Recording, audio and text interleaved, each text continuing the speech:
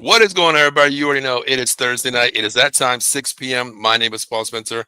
Oh, that side. That man right there is Dan Connor, the legend, and you're tuned in to Out of the Box Programming, NFL Weekly Talk. Dan, how you feeling, man? What's going on, everybody? Pretty excited about the draft. We're 1 week out to see who our teams are going to get and who our divisional opponents are going to get. Hopefully, they don't steal a player from us or something like that. But it's an exciting time. 1 week out from the draft. Yeah, I'm ready to go here to talk about the NFC East Yeah, or yeah. least. No, maybe not.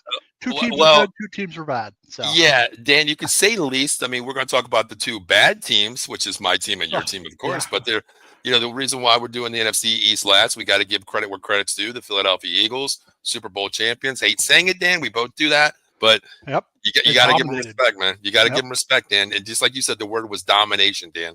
Domination this year. So, but Dan, you said something that kind of like opened my eyes when you said something just now. You said you hope that a team doesn't steal a player from you. But Dan, you're sitting at 3. You can't go wrong. You can't go wrong, Dan. You can't go wrong. Unless the Browns take Carter, then I'll be pissed. I guess the consolation prize would be a Travis Hunter, who's a good talent as well. But I really want Abdul Carter at number 3. So yeah, being at the 3 position, it's not a bad position to be. I'd rather be at 1 or 2, obviously. Right. A lot of fans complain, "Oh, why'd you win this game? Why'd you win this?" Like, come on, man. Like we take control. The Colts played a horrible football game, one of the worst games they played in like 5 years. Yeah. That's different. That's different. When you're playing to win, but you're playing not to win. But you played, but they played worse, basically, in that way. They're in a great spot. So yeah, real quick, I'll be happy regardless, I think. Real quick, you mentioned Travis Hunter. I want to talk about him for 1 second because we watch a lot of off-field stuff. And did you see the comments that Travis Hunter made to every GM out there? Did you see what he said? I did. He wants to play on both sides of the ball. Dan, I respect it, man. I respect that sportsmanship. I will say one thing. I respect that. I will say he could be a full-time corner and get 10 to 15 plays on offense and be a kick return, punt return. That he can do. But full-time, no. Yeah, I don't think a full-time, Dan. I mean, you're playing 100. You're playing 60 plays in a hybrid offense, and NFL's totally different speed where they're going to run a 9. They're going to run a 9 and take you so far down the field just to tire you out, Dan. I don't care if you're a decoy. I'm putting my fastest guy out there who doesn't catch balls, and I'm saying, hey, wherever he's lined up, go line up in front of him, take him deep every play, 4 downs, straight down the field, gas him out so he's not even seen on offense, but. I respect him for saying that, Dan. I really do. Of course. That shows you that he is he's a competitor, absolutely. You like that about it. His mentality and attitude is good. Yeah, but in the NFL, it's not easy to say. And he was one of the first guys to play both ways in a long, long time. Oh, yeah. As far as I like a long, long time. Yeah. So this is not a common thing.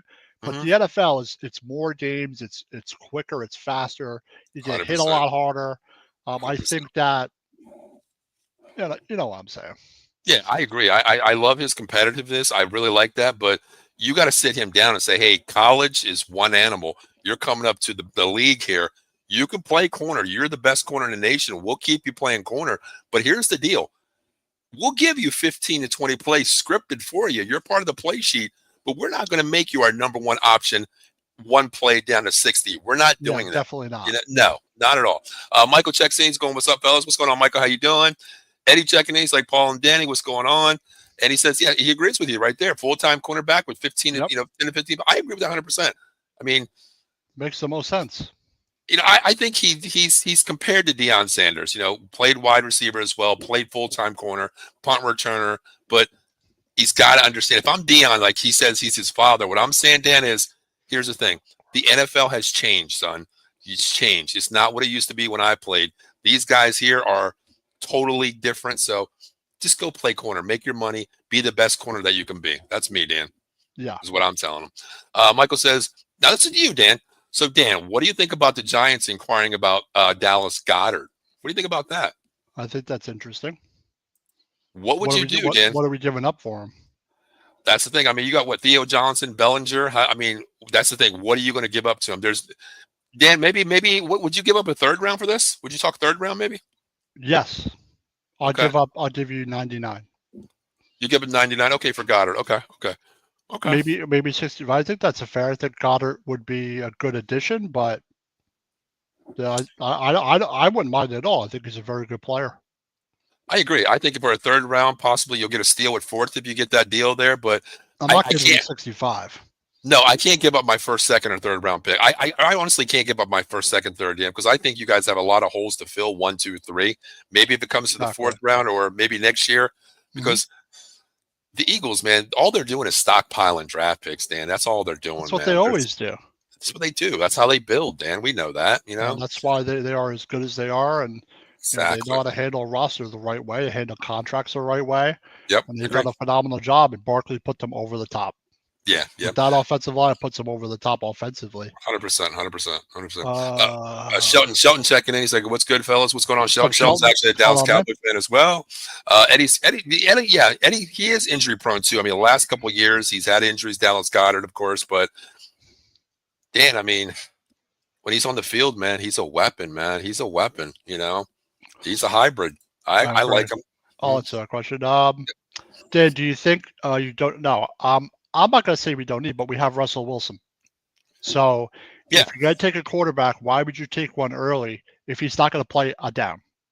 You're not going to play one down at all. I'm up for taking a Milroe in the third round, Jackson Dart in the third round, if I'm going to take a quarterback. But my first 3 picks have got to be other positions, like an Abdul Carter, offensive line, wide receiver. I think also, so I think wide receiver, edge, offensive line, that type of stuff. I really don't think taking a quarterback, especially early, makes a lot of sense. Yeah. They'll need a quarterback in 2 years, but Russell Wilson will win them games. Agreed. If they give him another weapon, say with pick 34. So you're just going to ride with Wilson the next couple of years, at least a season.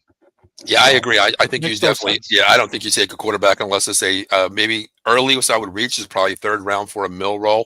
I think Dan. I think the perfect opportunity is if a Kyle McCord happens to be in third, fourth round fit, you grab him there because just like you said, you got Russell for 2. You got what's his name, Jameis Winston for 2 years. Why bring in a pick where the word is what I want to do is I want to get a skilled starter, Dan, at number 3. There's no way I'm taking exactly. I want an automatic starter. Yep. Exactly. You want another. What if Cam Ward? If now, Cam Ward's there at 3, that's interesting, Dan. I think they would take him. Yes. Okay, well, Dan, that could happen because a lot of people are talking about Tennessee. Okay, do they want to bridge the quarterback now? The Browns have so many different things they could go and take Abdul Carter for all I know. Like who That's knows? What I mean. That's what Abdul I mean. Carter is such a good prospect. He's such a good player that I can see the Browns taking him. I know that a lot of people say, "Oh, it's going to be Ward. It's going to be Ward." But how do I know that they don't like Carter better, even though they do need a quarterback? Exactly. If Ward was there at 3, then Abdul Carter may not be there. And I've heard rumors that this blows my mind that I heard this like a couple days ago. I'm taking Ward. If Carter goes and Ward fell to 3, I'm taking Ward automatically. So who's the odd man out there? I mean, who becomes the 54th man? Is it Winston? Winston. Yeah. Okay. Absolutely. Okay. Yes. Okay. Well, I'm going to get rid of Wilson and not Winston. No, I get that. But what do you do with Russell's mentality level? Exactly. Hey, you brought me in here to turn this team around. I came here. Now we wanted this. We had this vision, but now the draft changes. But you brought in him. The locker room. I don't envision them. Yeah, I don't envision that. I do see Ward going to Tennessee number 1, but the Browns could take Carter. That is totally possible. Oh, great! I don't know what the hell they're going to do. Now, I even heard what they're saying. They might even take a Will Campbell to solidify the offensive line. Will Campbell would be a great pick for them. Yeah, I've heard so many different things. But that would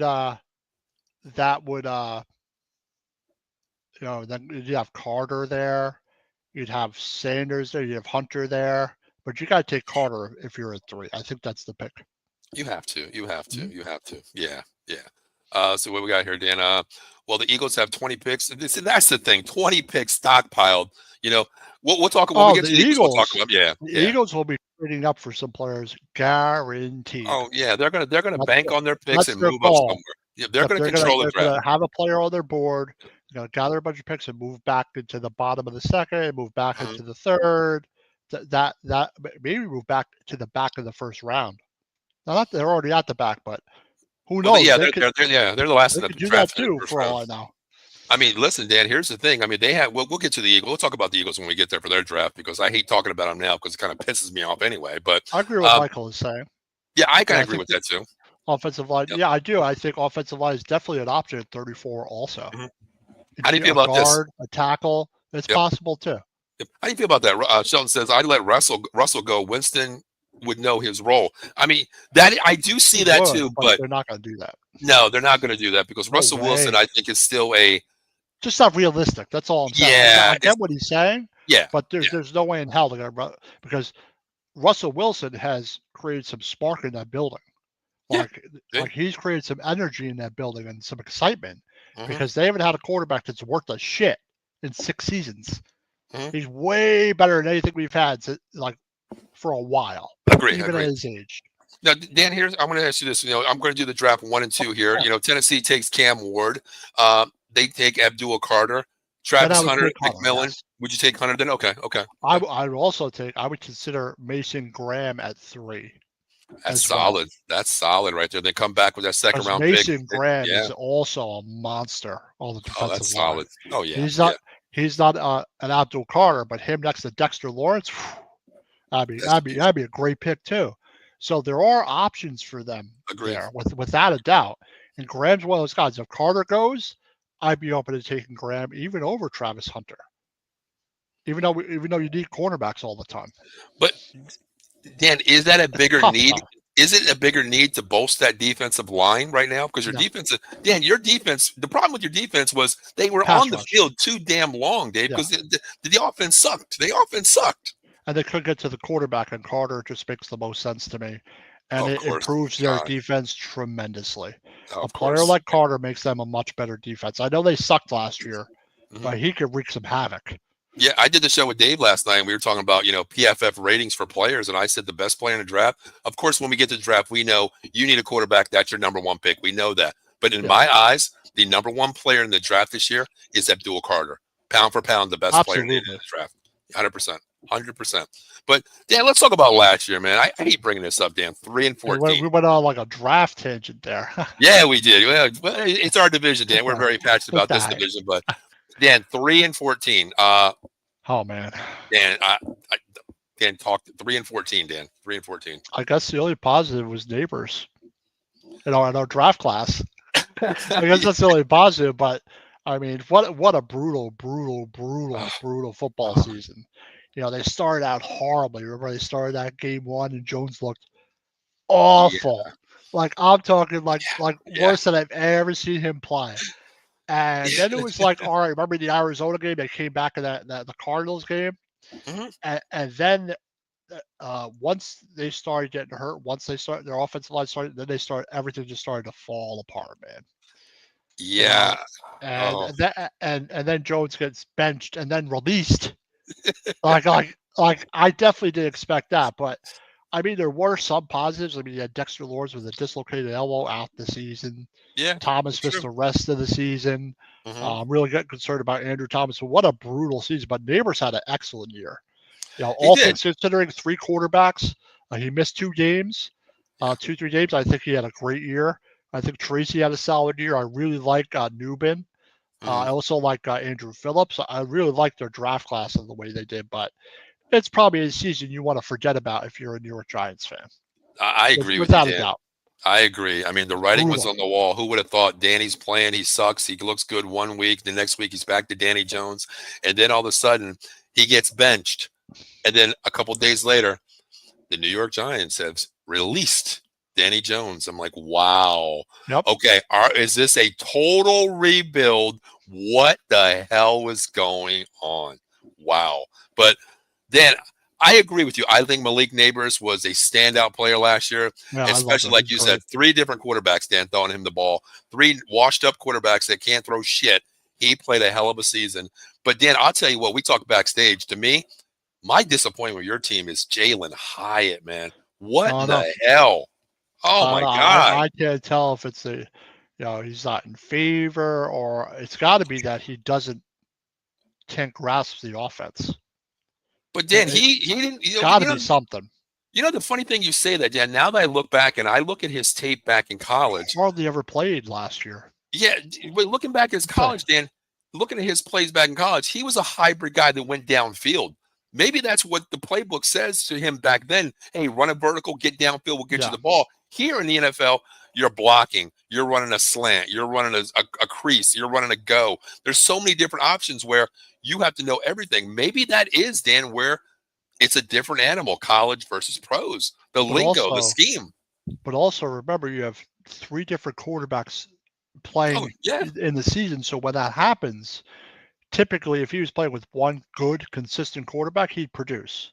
Yeah, but every quarterback has their favorite receiver. Sure. Right? So it's either Slayton or it's Neighbors or, DeVito clicks with certain receivers, Locke clicked with certain receivers, even though it was awful.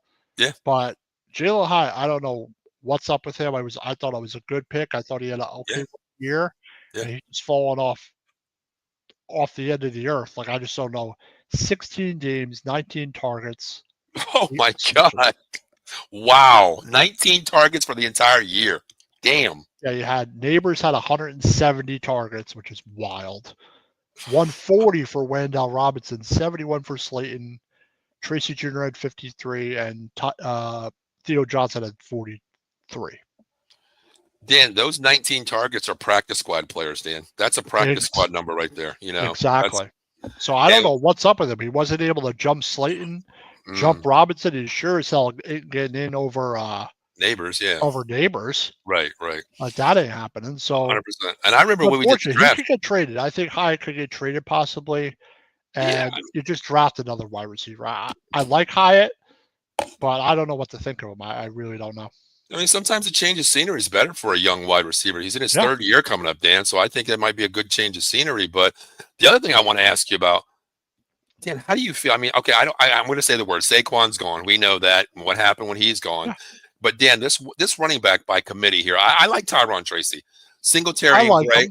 How do you feel as this committee back? I mean, all 3 together as one. I like them. I mean, I like Singletary. I thought Singletary and Tracy did well. Mm-hmm. But I think you need a real bell cow. I think you need a legitimate number 1 running back. Dan, you're sitting at 3. There's one name out there. Do you take that at 3, Dan? Do you take it? God, that would be a freaking. You want Giants fans to fucking be rioting in the street.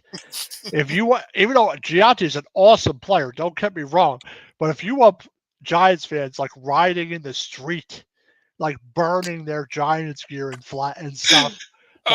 You would do that. If we were 6, hell yeah, I'd take them. If we were last year, yeah, I consider, but 3, no way. No.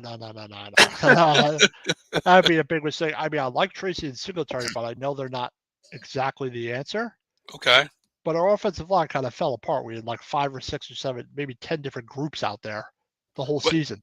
But Dan, you got to think, a solid quarterback in Russell Wilson, an elite Malik Neighbors, and a solid franchise back like Ashton Jante. I mean, Dan, it is appealing, though. You got to admit it's a little appealing, though. Oh, I'm not going to say it's not appealing, but I think there's just better players. If we were a little bit further down in the draft, top 10, then I would consider GNT, without a doubt. Okay. Not this year. Okay. I mean, I think your defense is solid. I mean, Abdul Carter, if he drops to you, you got to take him no matter what. I don't care if you have a need here. You go out and get that player who's going to give you the next 12 years. Could be MVP every year in the defense side of the ball there. You got to go get him. I think the second round, Dan, I'll probably go second round. We talked backstage, and you mentioned that name, Trevion Henderson from Ohio State. Yep. I think you need that bell cow guy, Dan. I think you go there. And then third round, you know what? Take the best wide receiver. Whoever drops to you, take them, solidify that, and then build the depth on the offensive line. Because your offensive line was banged up, Dan. Big time last year. Totally banged up. And I'm really concerned about Thomas because he can't stay healthy. He hasn't been able to consistently stay healthy, especially the past couple of seasons. Are you ready to give up on Andrew Thomas or no? No. Not yet. I hear a lot of people say that. I hear a lot of people say that. I'm not giving up on Thomas. I'm just saying. Okay. Some of the injuries he's been having is a little concerning. That's all I'm saying. Okay, you got the concern issue. Okay. Like he's still one of the best left tackles healthy in football. Gotcha. Okay. Now, when we're talking backstage, right now Roten's have picked up, as the right guard right now, but they're moving Roten's Neal. solid. Yeah, now they're moving Neal over there. What do you think about that? Is that a good move for Neal? Is that a better move for Neal? I think it's a good move for Neal. You don't got to depend on that quickness outside, on the outside, get beat on the outside, and he's a real good run blocker. Mm-hmm. And I think inside he would be better off with a good tackle next to him.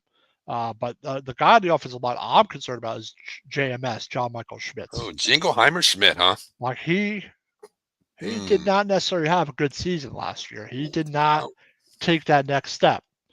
But offensive line is something the Giants could look at in the third round, possibly, because you always need offensive line depth. Yeah, agree. So third round, you possibly look at best offensive linemen in the draft on your draft board. You can take them there, right? Possibly, but I don't know if a guy like you could take a Milroe in the third round, you could take another receiver in the third round. There's really a number of options you really can do, but I really think quarterback is a waste of a pick. I agree. I don't think a waste of a pick this year. I agree 100%. You do not take a quarterback 1, 2, and 3 unless you see that quarterback that you want, like a Milroe. You take him in the third round, because if you take him in the first and second round, you've wasted an entire pick for 2 years, Dan. Wasted a player. Well, another guy I like is who this guy is, Mills, the defensive tackle from Notre Dame. God, I love, but the only thing with him, but they're talking about his injury, Dan. They're talking about Riley Mills' injury, though. Just gonna say. I mean, that was gruesome. That gruesome injury that he had and kept him out. And there was a big drop off when he tried coming back, Dan.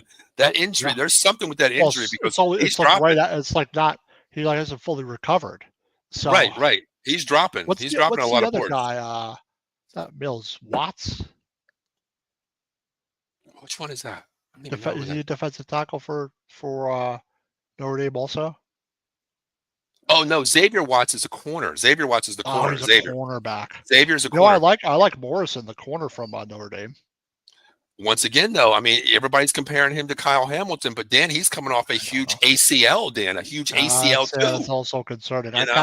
Like Carter had a fracture, so I think he'll be fine.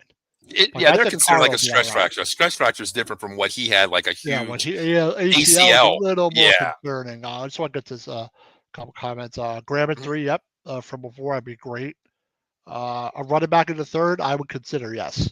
Ollie Gordon in the second, Scattaboo, something like that. Scattaboo, man, the lunch pail guy. I like Howard Cross the third is the other defensive tackle for Notre Dame. Howard Cross, okay. Yeah. I mean, I like him, but Mills, I think he's going to be dropping because of the injury. A lot of these players are dropping because of injuries right now, Dan. I mean, that's the biggest thing, because when you go for your physical, they're bringing that up. Hey, test that ankle, test that ACL, test this, test that. And I give a lot of respect to Abdul because he's actually going to hold a press conference at his pro day, and he's going to work out too. So that's a good thing for him, Well, like I said, I'm excited for the draft to come up. I know that also. I think a lot of people wanted Shane and Dable fired, and I understand. Were you one? Were you one, Dan? Were you one of them? Be honest. I was 50-50. Okay. Because I think Joe Shane definitely made a mistake bringing Jones back with that contract. Oh yeah. I think you should have been. I don't know. There's definitely some mistakes made, but if he could have another solid draft class, that will help them. But getting Wilson, I think, is a good move. I think he did a real good job in free agency. Getting Winston as backup, getting Russell as your starter, I think is 2 solid moves. The only thing I didn't agree with bringing back Slayton. But the 2 big signings were Golston's a good signing, like you said. Oh God! Why did you take my guy Chauncey Golston? Golston. Why? And then my two favorite signings are Adebo and Holland, the safety. I like Holland. I think those 2 signings are good. So Russell Wilson, Winston, Holland, Adebo are all solid moves, I think.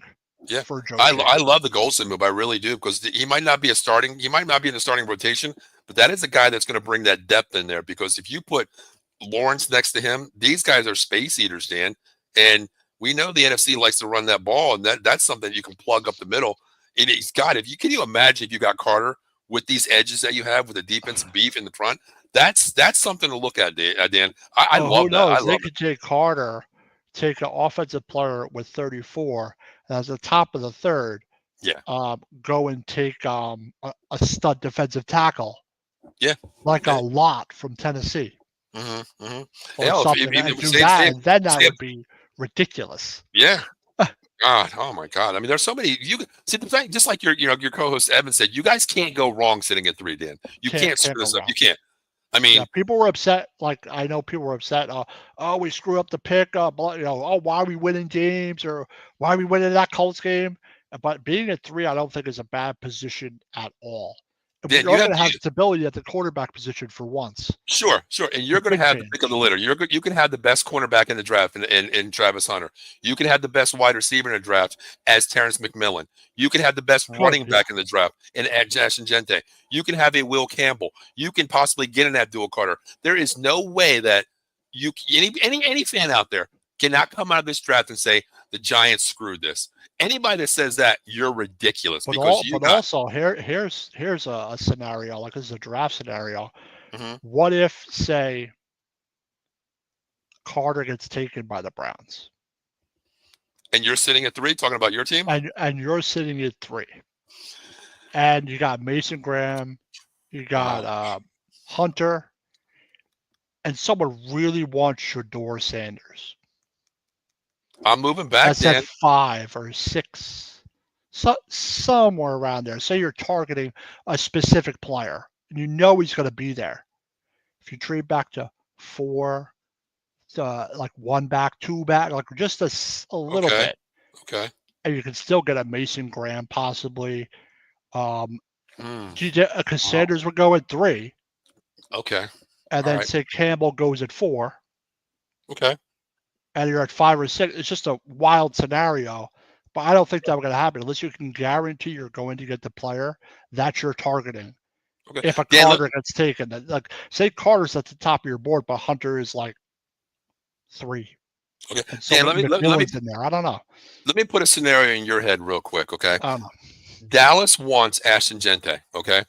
They want him. I think he's gone at 6. He's gone at 6 to the Raiders, okay? Oh, I agree. If I call you and say, Dan, I want to move up to 3 here, we'll swap picks here. You move back to 12. What do you want from me? What do I have to give up to move? What would it take for me to move up to 3 and you get 12? We swap. Your first this year, your first next year, at least, because it's a lot of spots. It's 9 spots. 9 spots, though. That's the thing. God, man. Because I'll tell you what. Do you remember the point system? You know, where you how many points you need? Like a lot of points to move up that far. But in my opinion, moving to 12 is way too far. If I'm moving to 12, you're giving me a ransom for that pick. You're gonna hold me hostage, huh? Absolutely. You're gonna take my lunch money, take all my cup of noodles and everything, brother, huh? You're taking even my rice. You're taking. Damn, man. You're gonna give me a great deal. I just think position Giants are in. They ain't moving down. Only a couple spots if possible, but I think they stay at 3 and take Carter. Now I'm gonna throw a wrench out there. I'm gonna throw a wrench to you because I did see this possibility. We don't know what Tennessee is going to do. Maybe an Abdul Carter. We don't know what Cleveland's going to do. Maybe they be Ward. But here's the thing. Let me put this in your mind here. Okay, you don't need you said you would take Ward, right? If he drops 3, right? Yeah. If he dropped 3, Carter wouldn't be there. Right. Let's say Carter goes number 1 to Tennessee. Let's say 2, they go crazy. They go out of the box here. They go to build that offensive line to up. They say they go out and get a Will Campbell to keep Kenny Pickett upright. They do something stupid as hell. Okay, but you're sitting at 3. Okay, there's a team out there, Dan, that said already they want a quarterback. It's the New Orleans Saints. They think, okay, if we're not there, we're going to take Jackson Dart. Shedeur, it goes Cam Ward, Shedeur Sanders, Jackson Dart is their top 3 quarterbacks, is what they say. Dan, if they're at 9, would you move back to 3 to let them have Cam Ward? Because Dan, you said that word to me, ransom, Dan, ransom. I think, Dan, you can get the farm for this. You can get the farm for this. You get a lot for that because 9 to 3 is a big jump too. That's what I mean. It's a good jump also. That's what I mean. I don't know, I don't see them trading down that far realistically. But like I said, for my team, horrible year last year. Yeah, much more positive. I guess cautiously optimistic. Okay. Our quarterback room is better than it's been in years. And we'll see if Shane can have another really good draft, a really solid draft class, which would be important. No matter if he gets fired or not next year, it put the team in a good position. So I kind of like where they're at. Okay. Roster-wise, and I like where they're at in the draft, and I think it's going to be a solid draft. I agree. I mean, Dan, 13-4. I mean, 3. I'm sorry, not 13. 3-4. Dan, I put a 1 in front of there. 3-14. Dan. I mean, we always do this with every division we talk about, every team. 3 wins last year, Dan. You're building. Where do you go, Dan? What's the record this year? I'm hoping for 7 or 8 wins. I think that's a positive. I think it's a positive year. I think it's possible because say you got Abdul Carter. Okay. Right? So your offensive line stays healthy. Say you get another wide receiver weapon, you get another running back. Okay. You get a defensive tackle at say 99. Their team they should be a better football team. Agreed. With a guy like Neighbors and Wendell Robinson and Russell Wilson, they should be a much better football team offensively. I agree. I think you got to get that offense clicking, Dan, because the defense is solid. I know that it sounds crazy here. I just want to get to some comments we've had. Yep, bring them up. Let's see. Riley Mills. Mills, yeah. Let's see. It says, so you think Russell's age and not so good offensive line, will not with a bad offensive line now, but our offensive line healthy is middle of the road, which is good enough. But my thing, I just hope that your offense, I agree. It adapts to Russell Wilson, because Russell Wilson is that. He will get rid of the ball quick. Right. What I call I call him an umbrella quarterback in like my type offense. He takes the 3-step drop, he looks, and then he rolls. And that's what makes him better. I love that roll that he does. I like how he rolls. I don't want to make him a 3-step, 5-step drop passer. I want him to roll, Dan. I hope they can roll with him. I do know that Russell Wilson isn't good at the quick game, like as a scheme. Right. But I know he's not going to hold on to the ball. No, he won't. And he has one of the best, what I call the moon ball. He has one of the best moon balls I've ever seen in my life. He has the arm. People like Slayton is actually good at that. If you put it on target, Well, that's why I like Neighbors. Neighbors is going to be a monster with Wilson. I agree. 100%. And he says if the Giants had a QB last year, I think if they had good quarterback play, they would have been a better team. Period. Yeah. I know it sounds crazy, but if you have inconsistent quarterback play and you're averaging 15 points a game, you ain't winning games. Agree. Taking Sanders would be. You don't take Sanders at 3. I think that'd be very. I think he drops all the possibly. Dan, if he dropped all the way down to like the 20s. We're talking Brady Quinn in the green room. Remember that year when Brady Quinn was in the green room? But still, no. I'm going to wait for a Milroe or a Dart in the third round. Dan, here, real quick. You know, the funny thing is, we talked about, Shedeur Sanders here. That's what I'm going to do. Maybe the thing is this, Dan. There maybe is a reason why his agents, even his dad, Dion, not Prime, is telling him, son, you're not even going to be one of the top 2 candidates. You might not, because he's not going to the draft, Dan. He is not going to New York or wherever it is. Why? He's not going. He is staying home with the family. Dan, there's something there where this guy, the watch, the money, the glam, the glitter, they know something. He needs to be humbled and a little more mature, or he's full of himself, or something because he's part of the because he's Sanders' son. But that's why I like Cam Ward and his mentality way better. Yeah, Cam Ward don't got no gold, no watch, he got a NIL, but he don't got NIL. Yeah, but Ward is much more humble. You can tell by the way he speaks, and he just seems like a way more balanced character-wise. I'm not saying Sanders won't be good, but he got to go to the right team. He got to go to the right team, in my opinion. I tell you what, Dan, if the Saints pass on him at 9, I tell you what, it could be a long day for Shedeur Sanders sitting there. He could be possibly that guy that might be, but that's okay. That's the way it is. Yeah, I agree. I'll have a chip on his shoulder when he comes in. If he gets onto the right team and you're on the right system. Great. I mean, I wish him all the best, but at this point, a quarterback at 3 would be absolutely psychotic.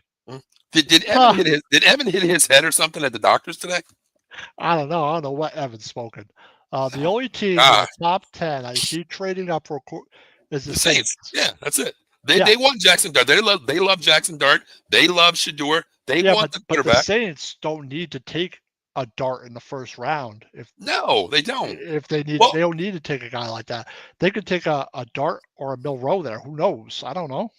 To me, you know what? Like third, fourth round. Yeah, if I'm the Saints, I'm not taking that quarterback to jump at 9 because you know what? Spencer Rattler still has only 1 year really played, half a season. Let the kid play a little bit, and then you bank on him a little. Then you suck next year. You go out and get, hell, we're talking about the Archie Manning, situation, the sweepstakes. Who knows? Who knows?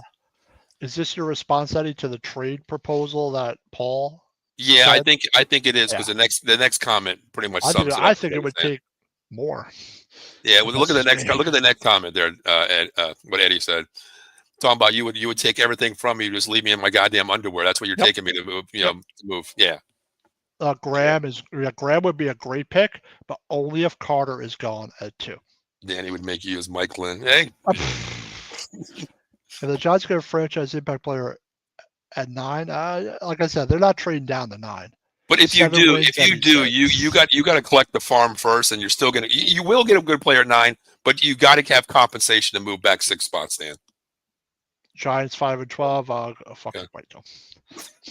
All right, I'm going to give you. I think you guys win 7. Watch this thing. I think that happens. I really do think Jackson Dart goes before Shador Sanders. I really do, Dan. I really do. But possible. Yeah, I do. All right, I'm going to give you 7. I'm going to go 7-10 last year. I think that's what you guys do. 8-9. 8-9. Okay, I'm going to be 7-10. The reason why I said that is because the next team we're going to talk about, God, is 7-10. The Dallas Cowboys. The 7-10 Dallas Cowboys. So, Dan, I guess I'll start with this team. Well, first, it's upper management with Jerry Jones. Everything is about Jerry Jones. It's his team. The way he does. 30 years. It's 29, Dan. Get it straight, okay? It's 29, not 30 yet, not 3 days. 30. And you shut up, okay? You're damn right. It probably will be 40 fucking years for me coming up pretty damn soon. I don't know if I'm going to make it that long, but you're right. Hey, it might be long for it's going to be a long ass time for us. We may go into a drought like that too. Who knows? Dan, this ain't a word for a drought, dude. This is like Death Valley, brother. There is no water in there is no water in the forecast, Dan. I think once Dak went down, you were fucked. Oh yeah, I mean, yeah. When Dak went down, okay, you knew it was this. And then Parsons got hurt too, so that's not good either.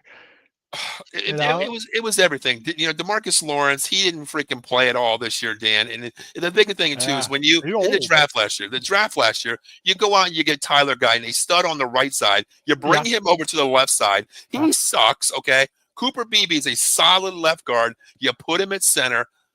Okay, Dan, what? Why? You have a mismatched line. I got the answer. Take an offensive tackle at 12. A left tackle. No, I don't think you do, Dan. I'll tell you why. I'll tell you why. Okay. I don't think you do. I think what I did on my show like 4 weeks ago, Dave, he's another college guy, but we have Riley coming up from Kansas State, an offensive line guru. They hired him to come play, coach the offensive line here. I love how he coaches. Former coach for Cooper Beebe. I did actually talk to Cooper's dad about 3 weeks ago. I called him. We were talking, and he was like, I don't know if it's true, but they're looking to move Cooper back to right guard, his natural spot, with Zach Martin leaving. Okay. Terrence Steele is going to be that turnstile right tackle. And I think Brock Hoffman goes to center. Left guard is going to be Tyler Smith, and Guyton is going to play left guard, but a left tackle, but Riley is going to work with him. I don't think they take that left tackle, Dan, because, Dan, wide receivers, Dan, other than CeeDee Lamb, there's no production, Dan. No production at all. If he was there, you could take a Trey Harris. You could take, who's this, the other wide receiver? That's the only 2 that I like. That's the only 2 that I like. What about Ikbuka? I don't think he's a 12th pick, though, Dan. I don't think he's a 12th pick. He's like late first. Yes. Maybe if he's there in the second round where Dallas is picking second round, I would take him. But my guys right there I really like those 2 guys.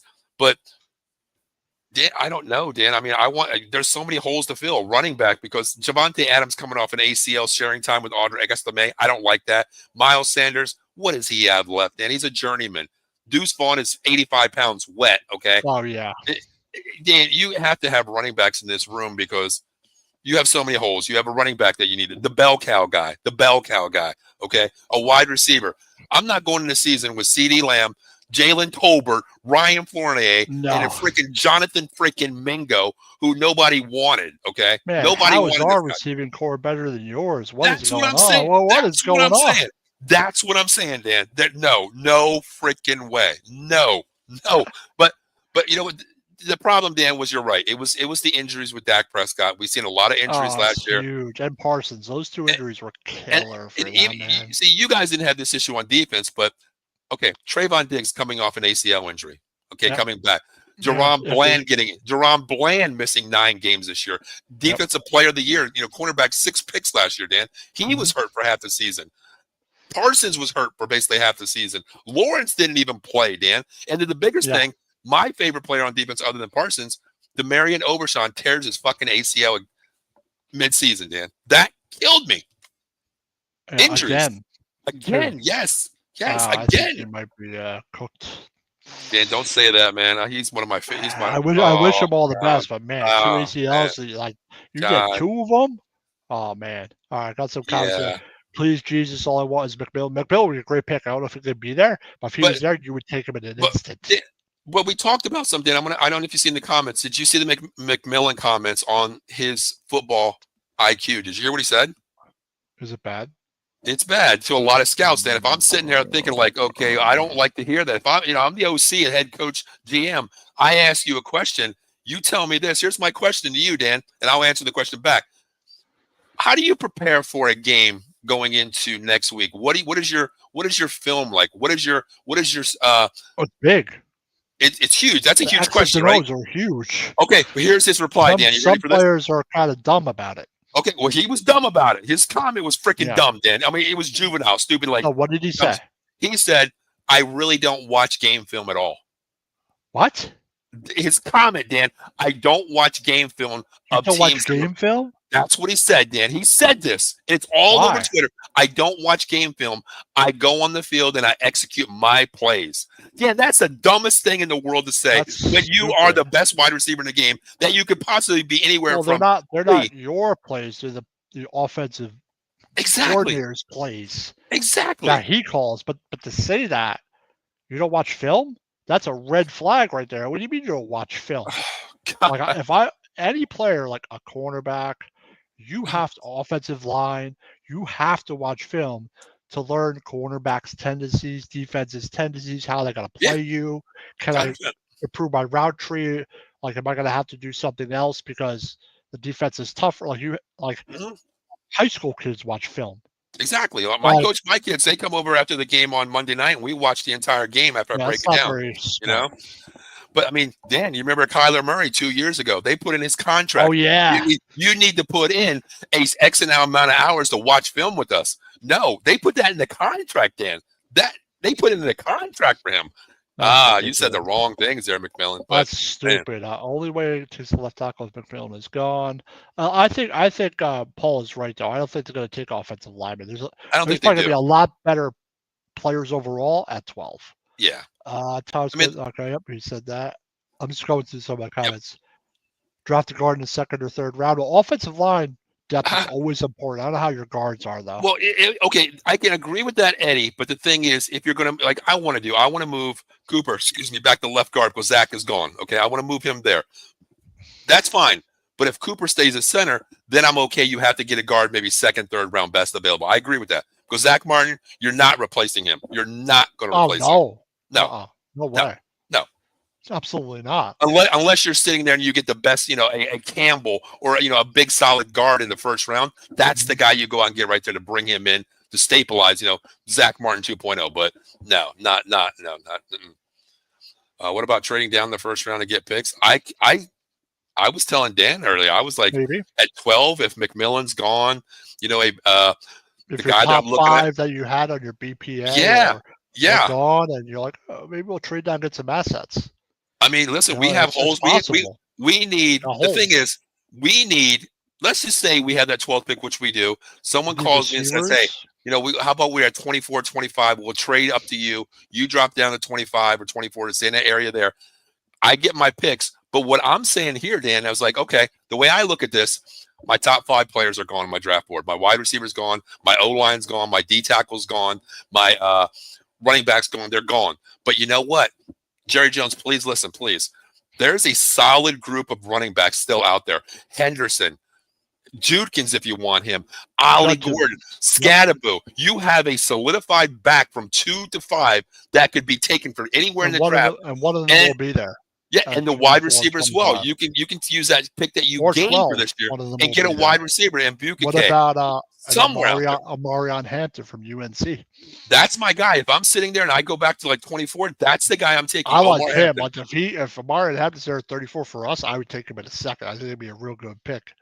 I agree. If I'm at 24 and I drop, I'm taking him. I'm taking him if I drop back. Trading down is always an option. It always a lot's going to happen for the Cowboys. Like a lot of stuff you don't expect necessarily.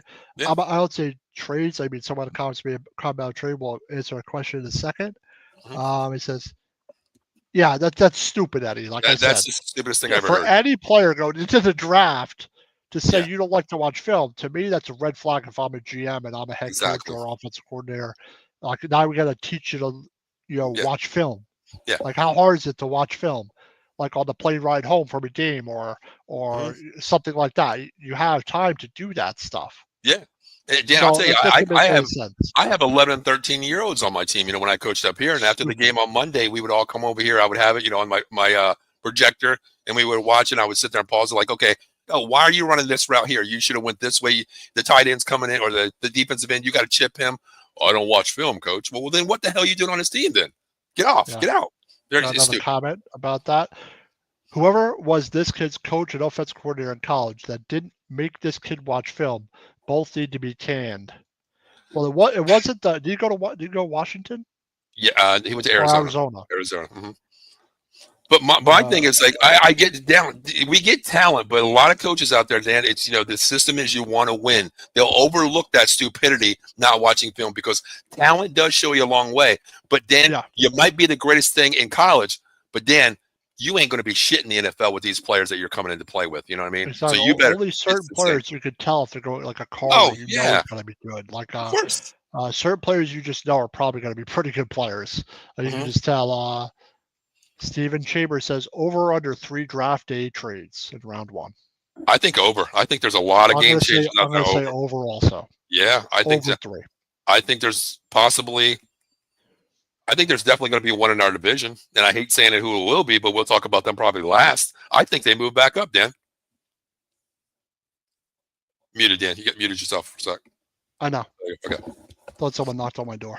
I got you. Okay. It's probably the damn Giants asking you to draft for them. That's probably who the hell it was. Yeah, I will say Shane did a good job this past season, but not the first few necessarily. Yeah. So, let me ask you real quick. Okay. I wasn't high on this guy because I think it's kind of a ridiculous pick right now because if Dak goes down, Joe Milton is not the guy to come in and win some games for me right away, Dan. Future? Yes, I completely love this big future. But Dan, the window's now. Just like you said, I'm going on 3 decades of not winning a Super Bowl, Dan. 3 decades. I want to win now. That, you got like a Parsons, a CeeDee Lamb, your Diggs. You have some really good players. You know what I mean? Yeah. And you would think like a couple of years ago that you got that window, and now you're wondering, what's if you have another season again like that is bad like that, like is that window closing? You know what I'm saying? Like, it only lasts a certain amount of time. You know what I'm saying? Yeah. And the problem is your quarterback's been injured every goddamn year since his rookie year, Dan. Can't play 16 and 17. Also not good. It's not good. I mean, I do like some of the picks they brought in. I like Kenneth Murray, the linebacker, coming in. I love him. Stand out. Yeah. I love him. The speed is there. Sanborn coming over. I like him playing out a middle linebacker. I like that. I like Javonte Williams. I do, but I'm scared with him, Dan, because of the injury. He shared time last year with Audric Estime as well. They had a committee back, but Dan, he's not that bell cow, Dan. He's not. No, he's not. No, definitely not. He's not. I mean, that's the only thing that scares me. That's the only thing that scares me. Let's see, and he says I have Higgins as my number 2 receiver. For the right team, I would say for the right team. Yeah. Golden is overrated. Golden, I think, is good also, though. I think he's solid too. Dan, he reminds Trey me. Harris. Remember when we talked about the draft, Dan, and we talked about when we talked about Kansas City. I said, don't be surprised they don't take Xavier Worthy. They want speed, and that might be where Golden goes, somewhere like that, a speed demon team. How about taking Higgins at wide receiver in round 2? If it plays out that way, I would be okay with it. But the problem is, I think there's bigger pieces out there that I need first, rather than him, because I have him number 4 on my draft board at wide receiver. So I have him there. I just need a bigger size wide receiver outside, because if I'm going to put Turpin in the middle, because we have no 2, 3, 4 wide receivers at all. None. You guys got better wide receivers than we do, Dan. You know. You also have, if you're talking round 2, for Cowboys, Igbuka. I like that. What about Luther Burden from I'll take him. Missouri? I'll take him. Yeah, I'll take him. That's fine. He can play inside, outside. He's a slot guy that plays outside. I'll take either one of those guys. Igbuka, I kind of hate him because his mom spilled hot sauce all over my damn jersey at the Penn State game at the hotel when I was there. But it's a different story. If he goes there, I'll say I love your kid. It's no problem. Trey Harris from Ole Miss. That's where he's from. Trey Harris, Ole Miss. Yeah, I like him. I like Trey Harris. I mentioned him on the show. I think last week we were talking about him. I like this kid. I like his route running. His trees, good progressions. I like him. He's a film guy. I like it. The guy I like is Restrepo, the wide receiver. Restrepo to me is not what we need, because he to me on the Cowboys, Dan, he would be the slot guy. He would be the slot guy, just like Glad McConkey is this year, Dan, for the Chargers. Yep. That's who I have it, like a Resprio guy from Miami. Yeah. Eddie, I know he's 6'3". Eddie brought that up right there. I know he's 6'3". It's not necessarily being 6'3". Is he a good fit? But the thing to me, yes, you look at Amari Cooper being 6'4". He's a possession guy.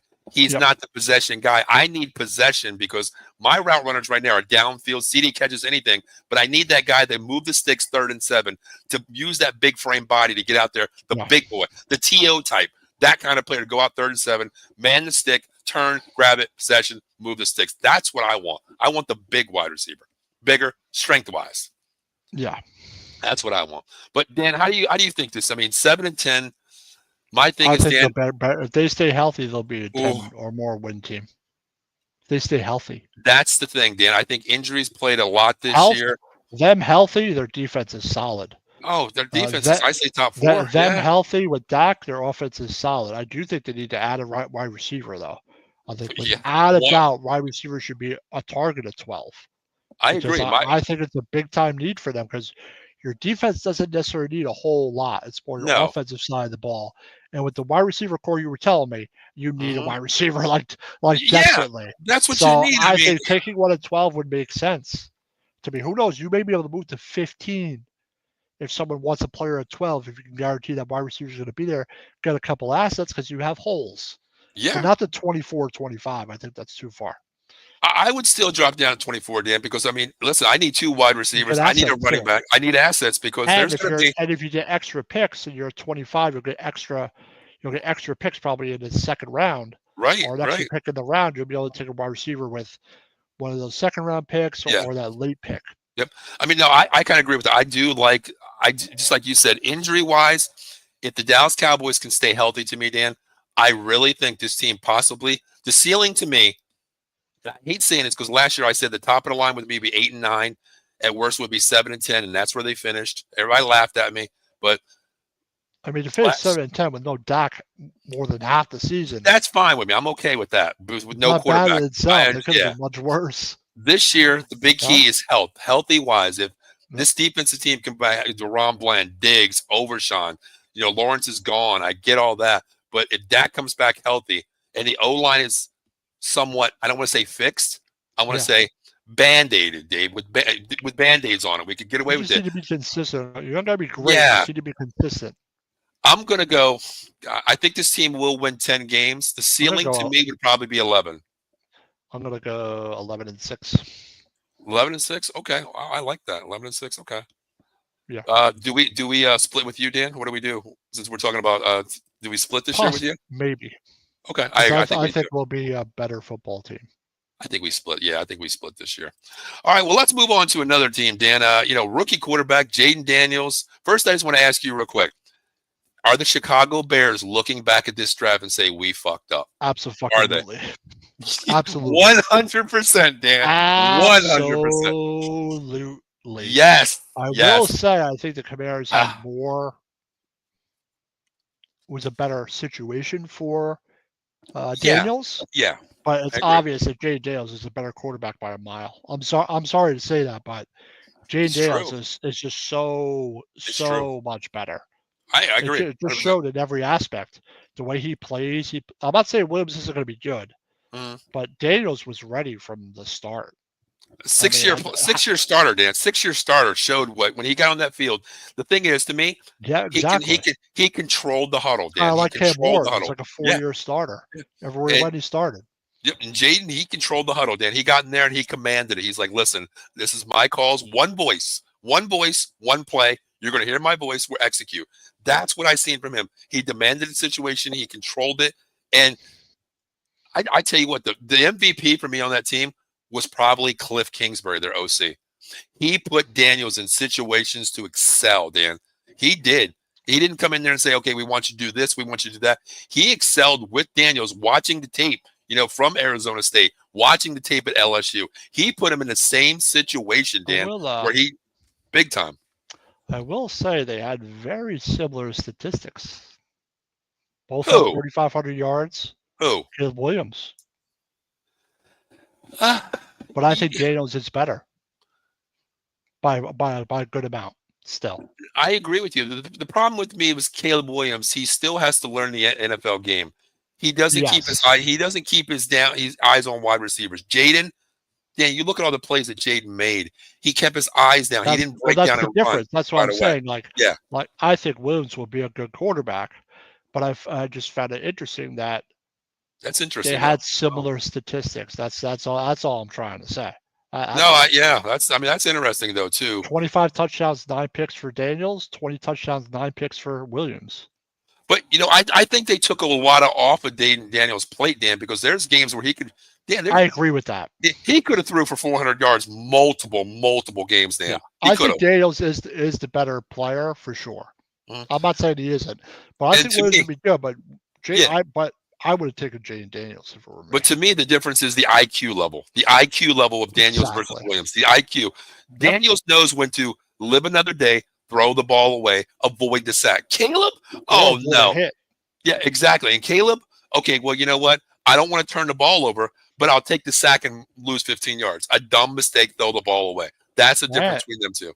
Yeah, and the thing is, he had 891 rushing yards. Yeah.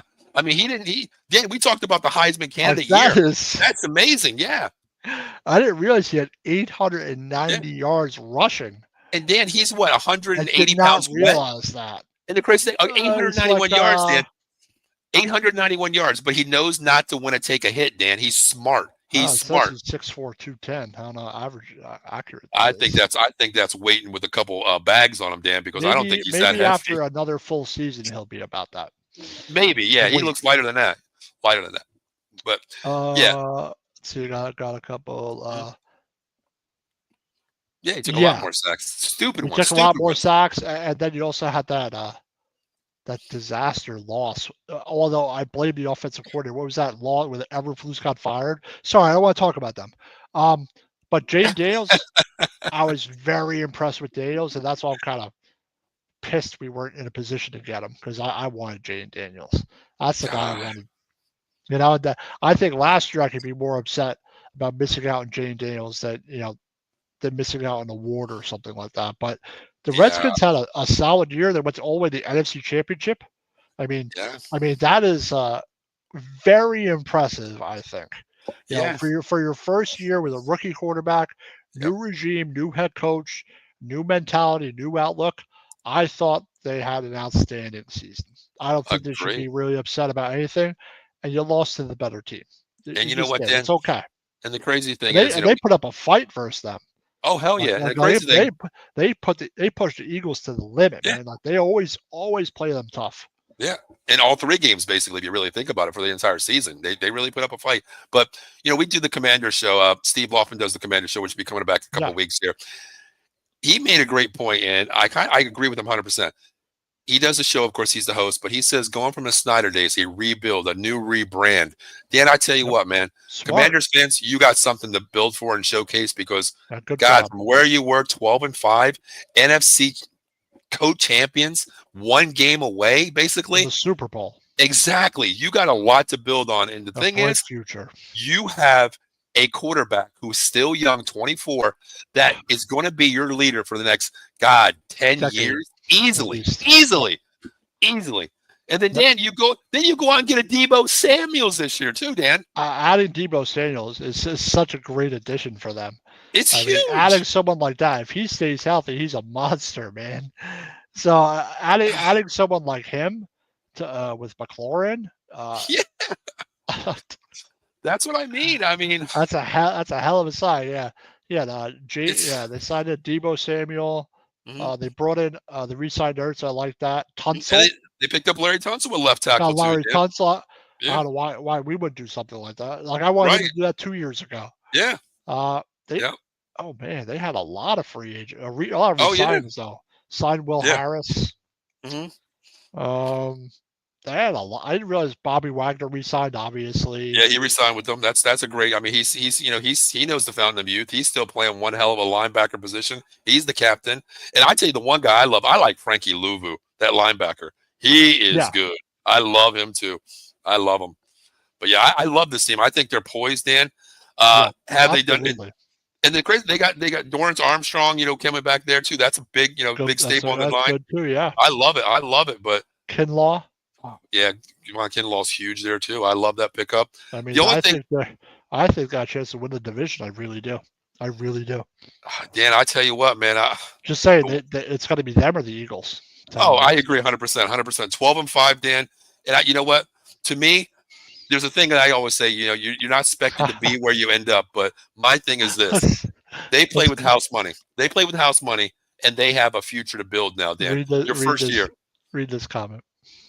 I don't like the Commanders owners, Josh Opens. I know. That's here's my thing. Okay, isn't that the crazy thing? Like yes. You don't like he owns the Philadelphia Sixers, but he's done a great job with Washington. Well, I think he owns some of the New Jersey Devils as well, doesn't he? He might. I don't know. I think he does. He might. Why are you're invested so much with the Commanders, a team that the Philadelphia Eagles hate? You go down there, you turn the ship, you buy them. You're in the NFC Championship game, basically, and the Sixers, you're Harris, Embiid, Maxey, and you can't. You don't even make the freaking playoffs. Like, what the hell is this guy doing? I don't know. So just remember, there's a full year. There is. Like I agree. Like sometimes it's tough in the second year, but I think he'll be fine. But he could have a slump. But I don't think he'll have much of a problem, to be honest. But there is tape, and that's why every year, Daniels will get better. Like he will get better. His skills will improve because he'll be in the room of his second year. He's already had a full year behind him, and he'll hit the ground running way faster going into this next season. Yeah, I think exactly what you said, Dan. I think he's an IQ guy. He's going to be in the first one in, the last one out of the film room. He's going to be that guy. He demands a team. And the biggest thing is, as a rookie, you already got the respect from your entire organization, Dan. And I think his IQ is totally different. Sophomore slump, I get that, but there's a difference between heart and IQ, and I think Jaden Daniels has it for the future. Aris owns the Sixers and Devils. Yeah, I thought he owned the Devils too a little bit, like in the majority or whatever. Like 3 teams. Yeah. So what do you think now next year? You said compete with the Eagles, Dan. Compete. Yeah. Okay. Compete. 2-game swing, Dan. 12-5 versus 14-3 for the Eagles. What are we talking about? Or you know what? Where do the Commanders go in the draft, Dan? Where do they go? Oh my goodness gracious. I'm looking at it, Dan. Pick. Okay, quarterback, no way. Mark Yoda is the backup. Robinson and Eckler. I like those 2 running backs. Deebo, McLaurin. Noah Brown is your third. Luke McCaffrey is a second-year player. He's a good guy. Yeah, they went and signed Michael Gallup's washed up he's retired and came back. But maybe you get a 4th wide receiver late, but first round, Dan, to me, pick 30-something, right? Yeah, well, 29. 29 or something like that. Yeah, I'm. You know what, Dan? I'm probably going to go. You know what? Here's my thing, Dan. You don't have a lot of holes. Now, hear me out with this one. You don't have a lot of holes. You don't have to No. mortgage a lot.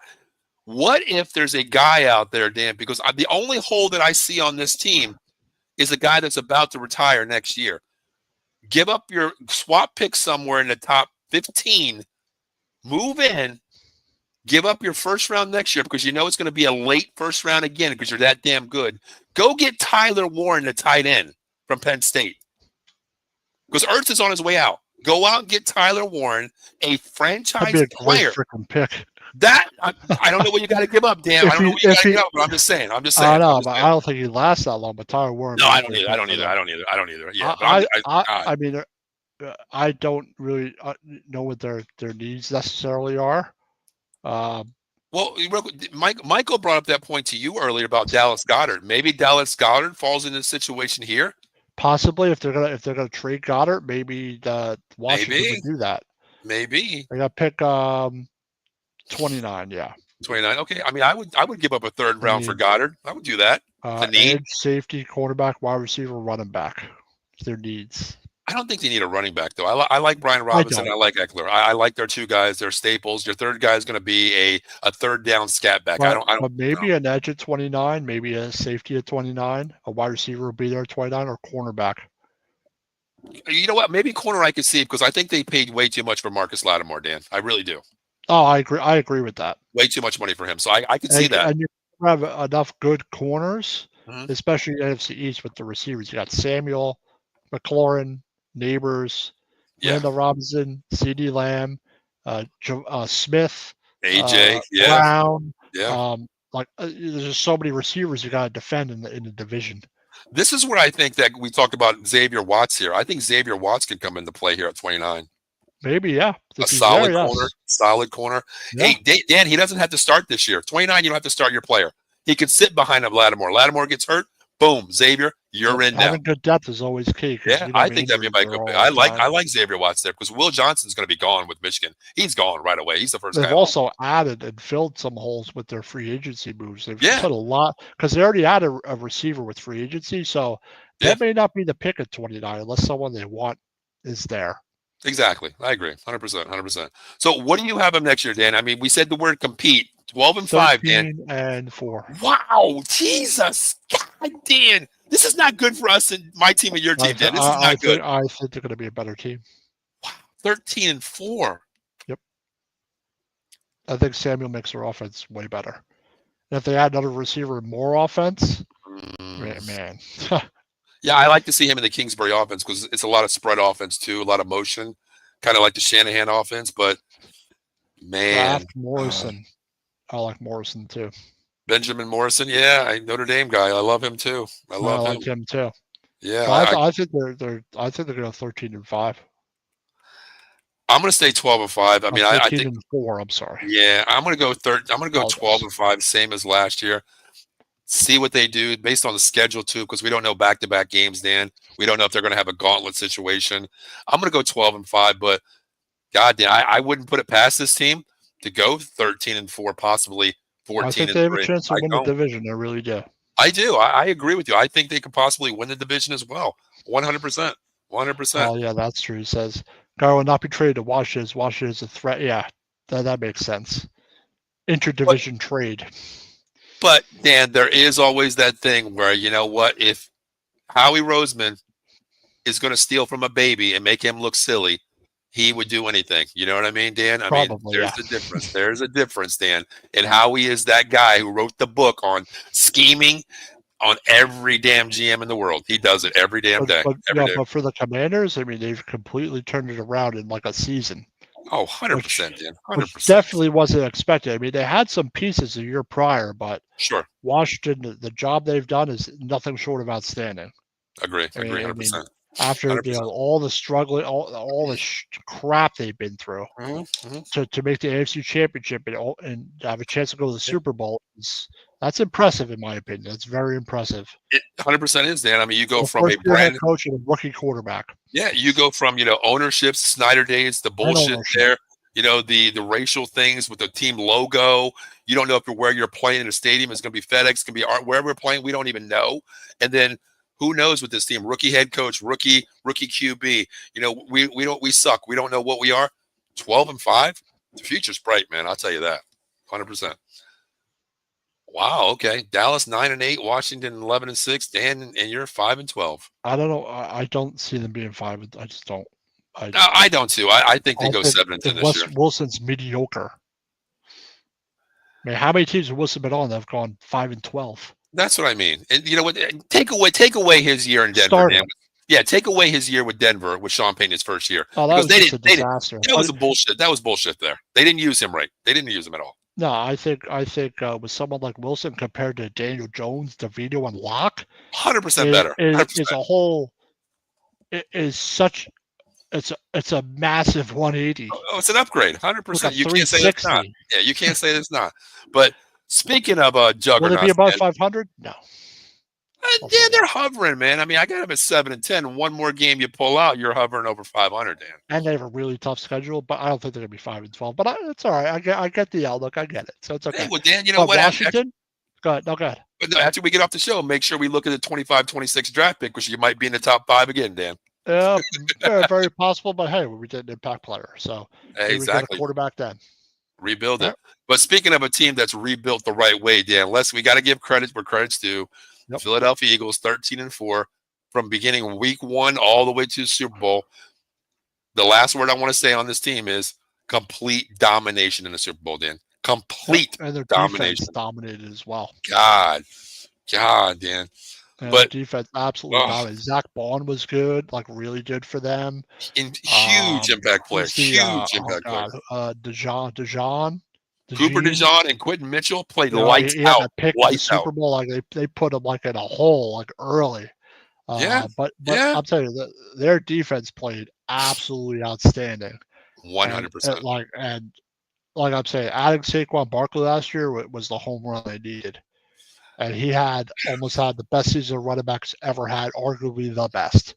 And you know what? I didn't know he didn't have the best rushing yards ever, but you have to admit his season's one of the best seasons that any running back ever. And the thing to me, Dan, is the thing to me was really, I really didn't know, Saquon off the field, listening to his comments. But I tell you what, Dan. Oh, he's all class. But the one thing, Dan, that video where Sirianni's sitting next to him and he's like, "Hey, you're only 20 yards away from your personal best. And what do you want to do?"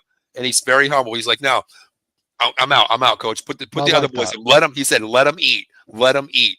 Dan, that showed me something, because it goes a long way when you want the money, number one. You got the money. But, Dan, you're willing to sacrifice everything for a team. And I hate saying this. That's what I like about Barkley. Barkley's a great teammate. Always has been. And that's what the Philadelphia Eagles have become, Dan. They became a team where everybody wants to go, because there's no bullshit, Dan. You either love them, you hate them. When you come in here, you're one team, 53-man roster. You respect it. The respect is there. I loved having him in the building and in the locker room. He's a leader, huge. And that's why. Yes, that's why I like I said. But for the Eagles, a really outstanding season. Yeah, Hurts only had to have 2,900 passing yards. That was amazing. Because Barkley was their offense, but they still had a great season, and their defense was outstanding, and they're best team in the NFL. Period. Right now, and the way they dominated Kansas City is just big time.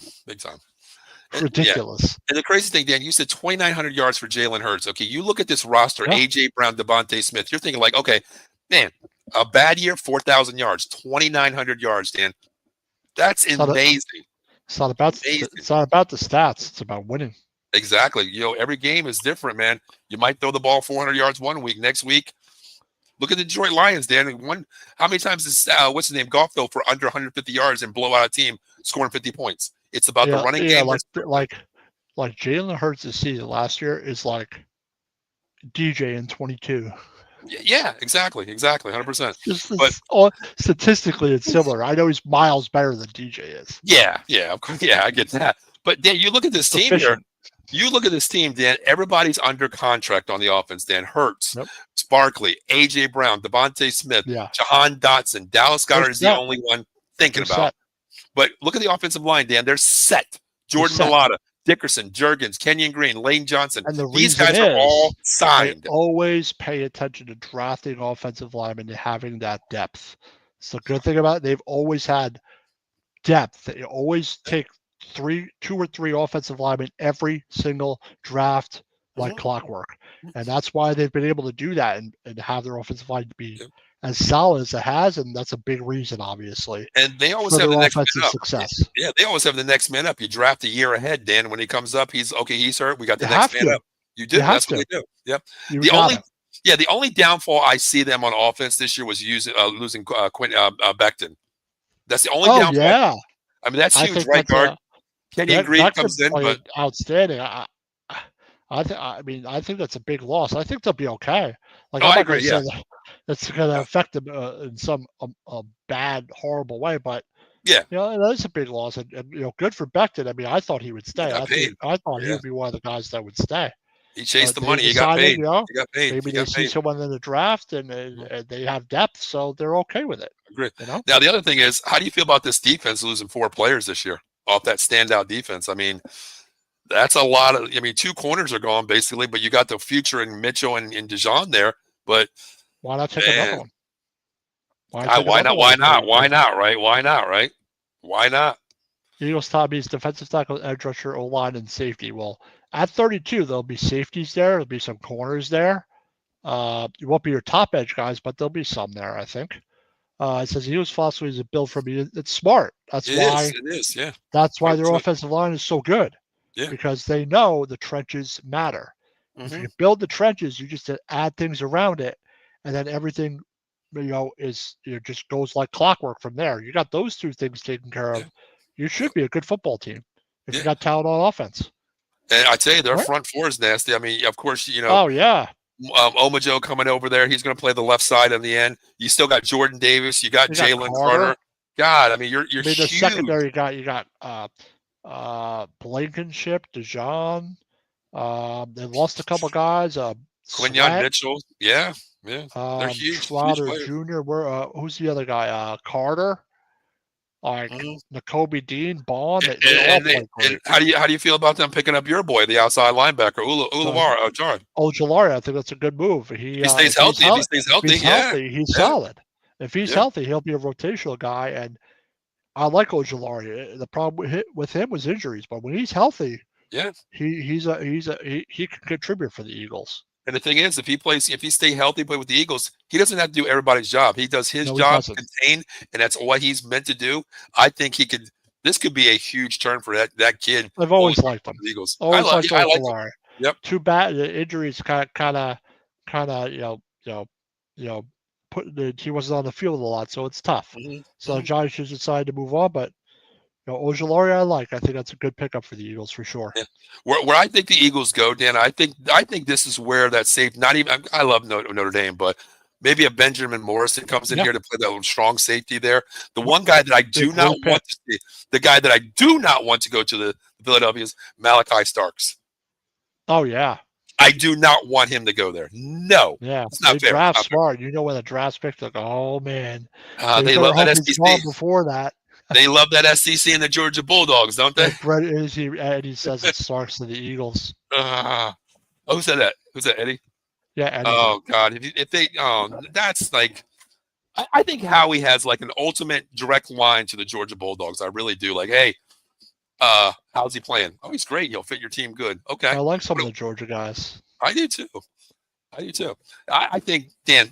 Oh God, 13-4, Dan. I mean.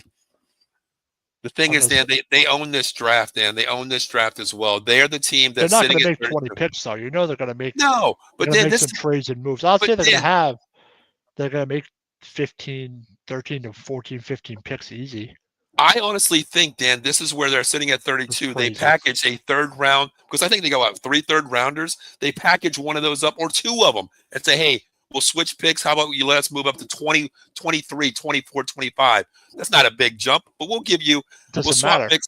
We'll give you that. We'll give you a 3rd round pick this year, a 3rd round pick year, and then next year how he's fleeces somebody and he gets another pick. Package it up to get the best player that you want because Dan, you don't have holes to fill on this team. You have positions where it's going to be a freaking player I want. There's going to be a player that we want. Probably. Like 20, Yeah. 25, and they're going to freaking trade up and like take out you sons. That's how the draft goes, though. Like, to me, I was telling you, I was doing that podcast, that audio podcast. We were talking about the draft and stuff, just throwing different scenarios. And one guy who was an Eagles fan, and I know this would never happen, Dan, because you got to give up your first round pick, first round to do this. From 32 to 12. Like, he even said, well, Paul, would you do this?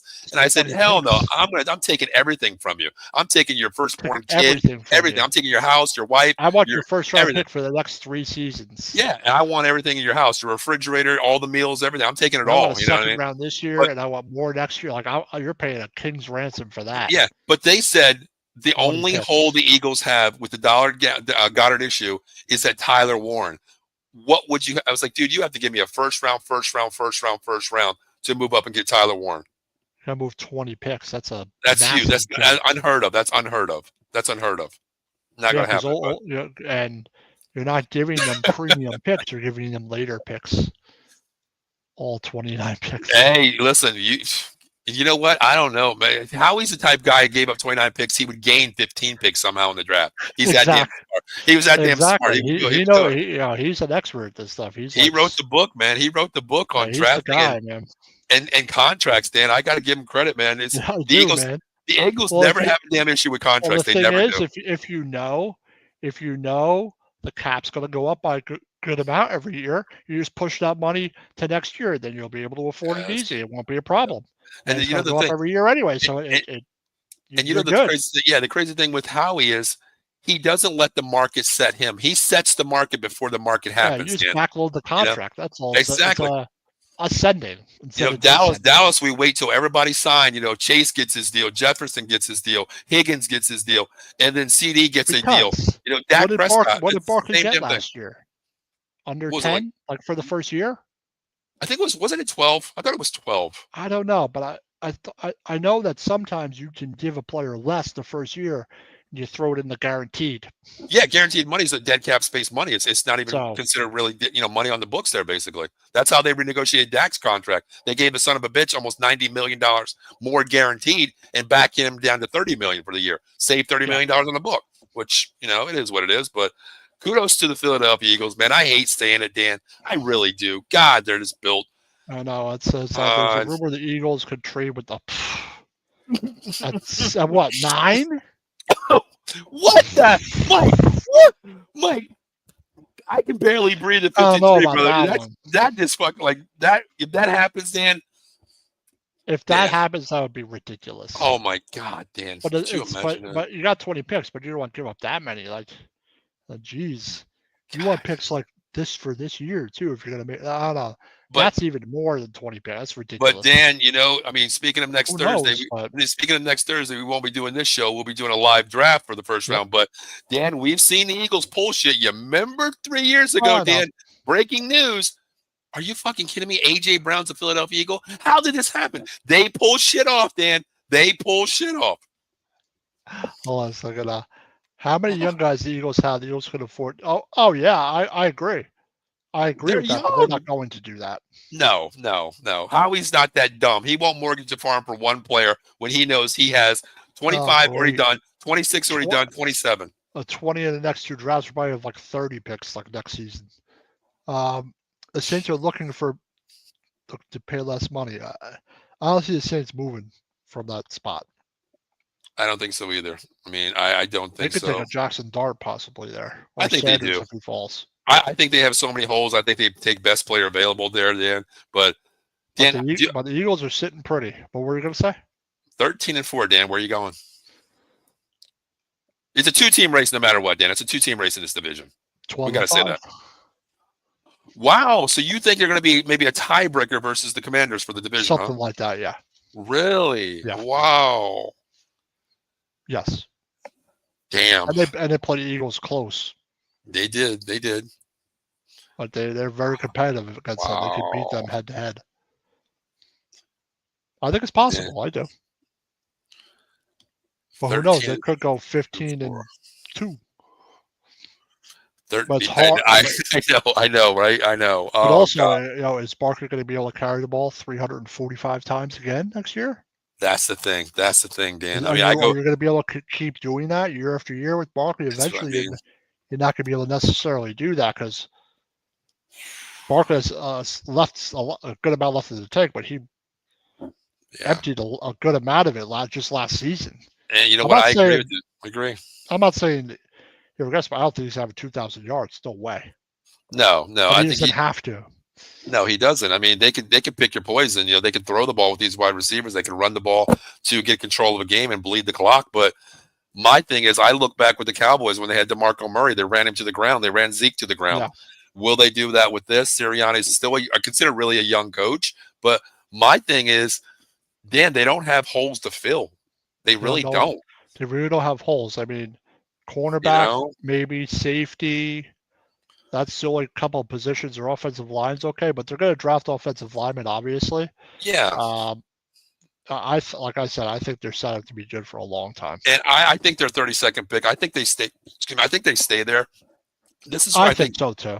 This is where I think Pierce Jr. comes in, defensive end right there. I think he's dropping. Gracious. This is where I think he goes. I hate saying it. They better not get him. I swear to God, he better not go to the freaking Eagles.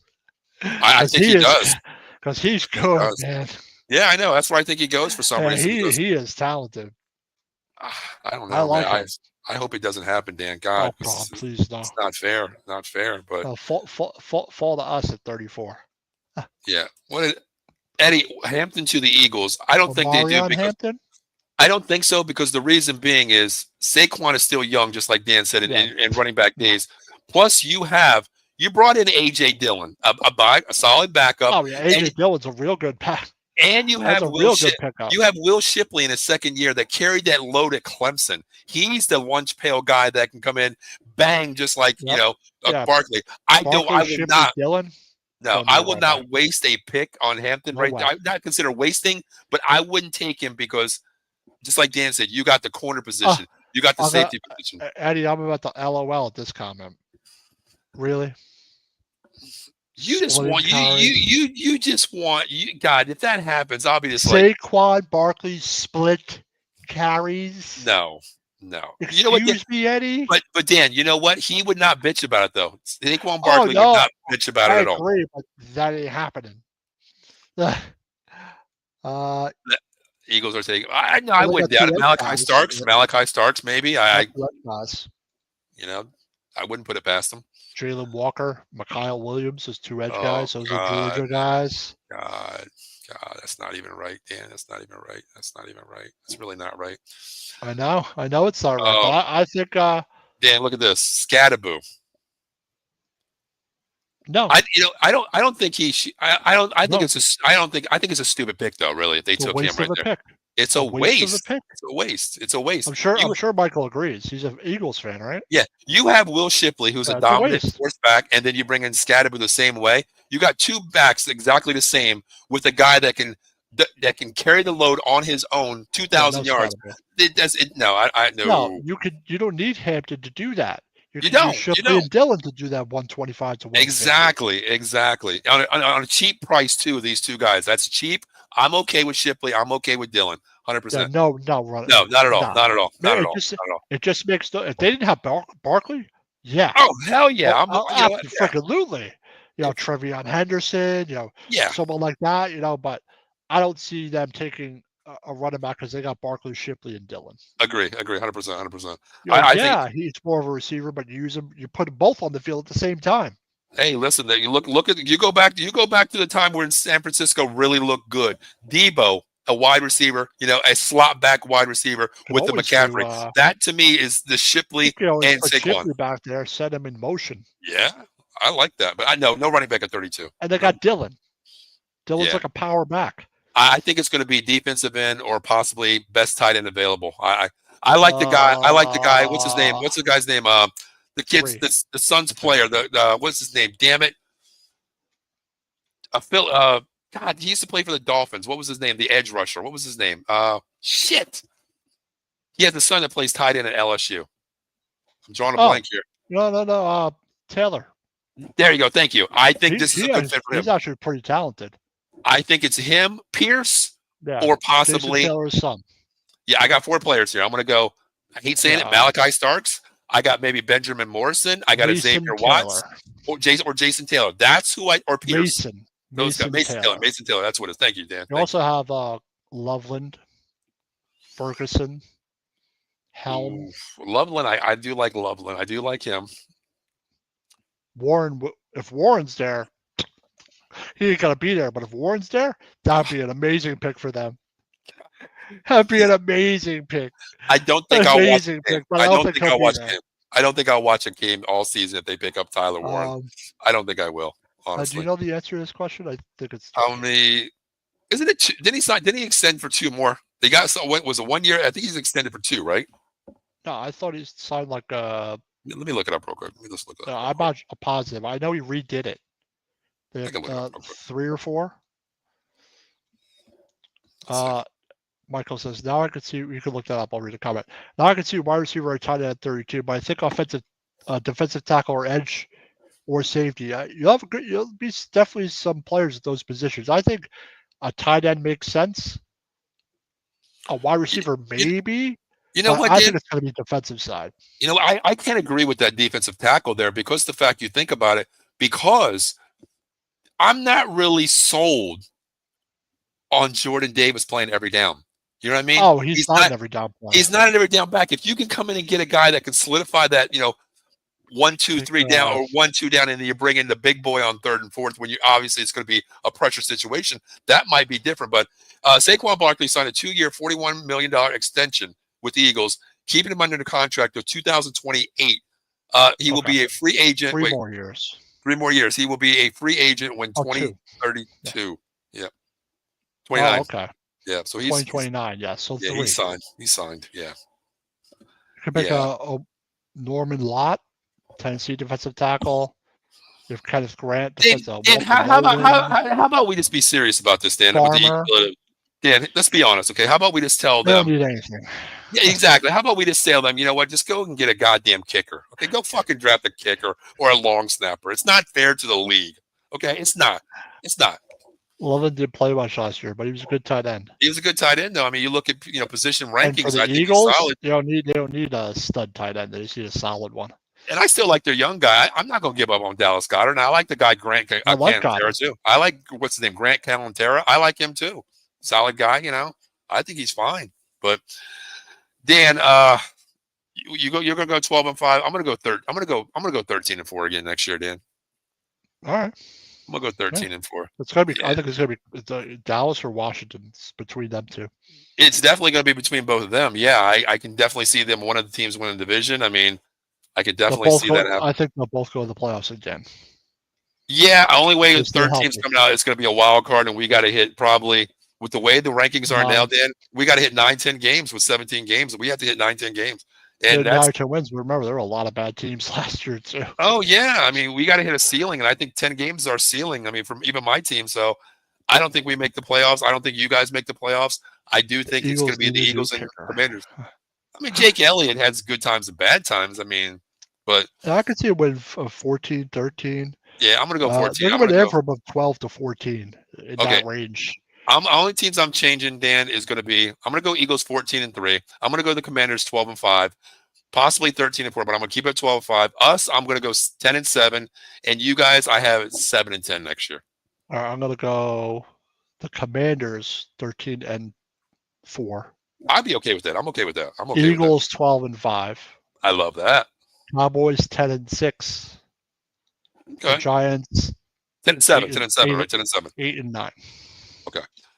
Okay. You have the Commander. You have the Commanders winning the division, but who comes out of the NFC, Dan? Out of those two teams, who makes it further? Eagles or Commanders?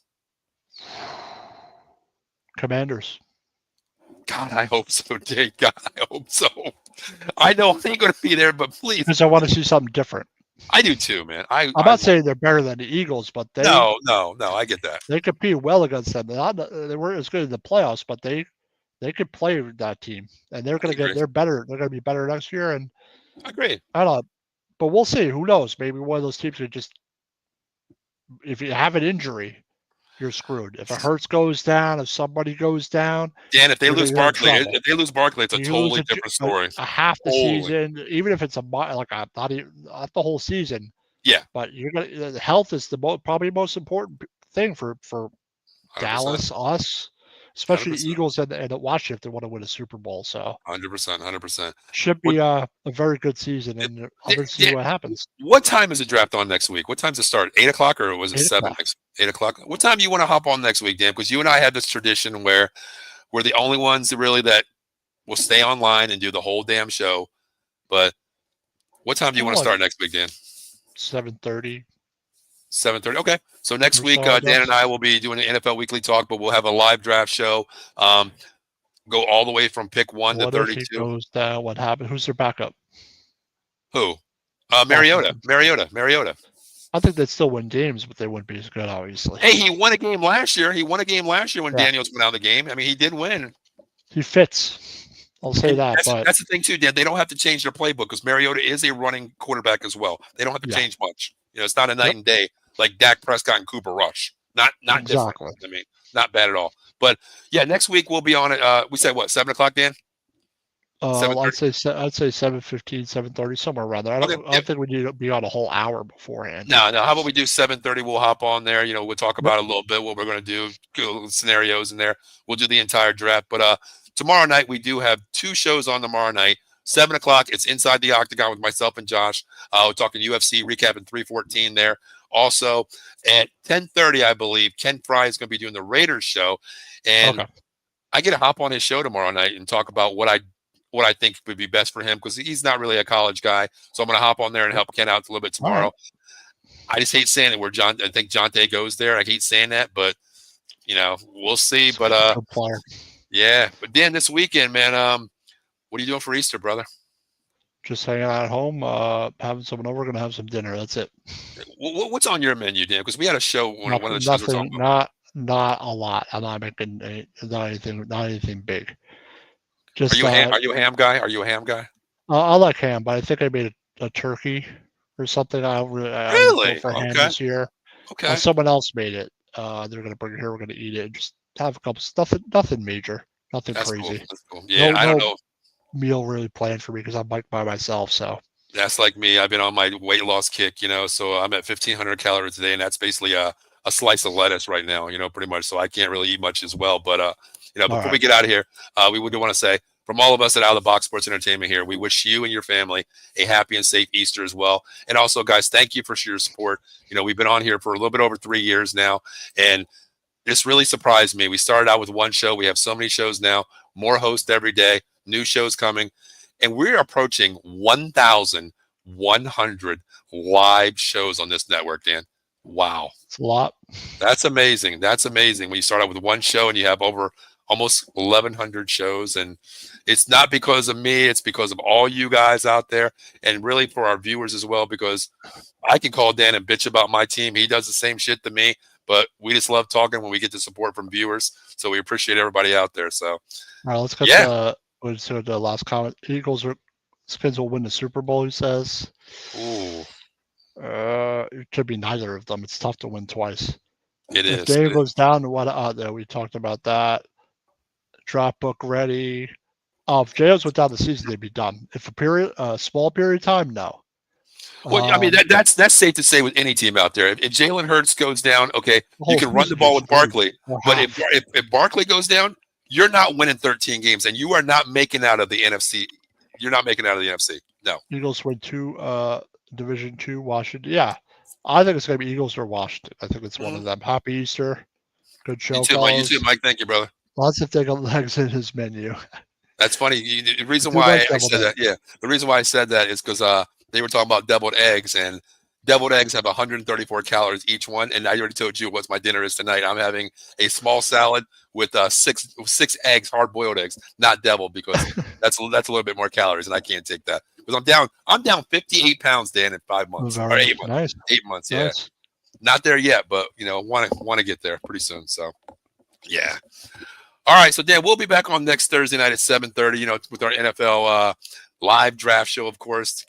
Bring your coffee, Dan. I'll tell you that. You know what I mean? Bring your coffee for that one. At least it's not the second round. It's even longer. Dan, okay, I hate saying this, but we're not going to do the second round this year, are we? No. Oh, thank God, No, damn. it's so long. It's Dan. No, I can't do a second round. No way. I mean, first round is long enough. You know, you know what? The one thing is, Like I'm really. if we had like 1,000 people watching, then yeah. Oh yeah, that's different. So yeah, I mean, you have to tell a friend. Yeah. But no, it's just too long. The one thing that I want to say like is 4.5 hours. Yeah, you're picking at 3. I'm picking at 12. The Commanders pick at 29. The Eagles pick at 32. I'm curious to see, Dan, how late we're going to be.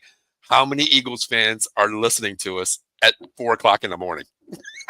Yeah. Like the thing is, like I did remember I did that second round. You did, like, but yes, like a couple of years, and it was like the most longest. I know, It Dan. was Kudos to you. brutal, and I didn't want to like just quit. Yeah, I said I would do it. I just wanted to do it anyway, and it was literally over 4. It was so long. Yes. 4.5 hours or something crazy like that. That's how long the second day was. It's like tonight we went an hour and 40 minutes, but it didn't seem like that. Crazy. But when you're doing a draft and it's just like, okay. And also, your team isn't picking for like a ton of picks in between. Yes. So you're just like, you know what, Dan? The thing is, they can make that draft. Bullshit. Yeah, they can make that draft so much faster because I hate seeing it, Dan. Like when we're sitting there, like, okay, you watch it on TV. Goodell's not even in there. He's drinking a cup of coffee in the back green room, and the pick's already in for 3 teams ahead of you.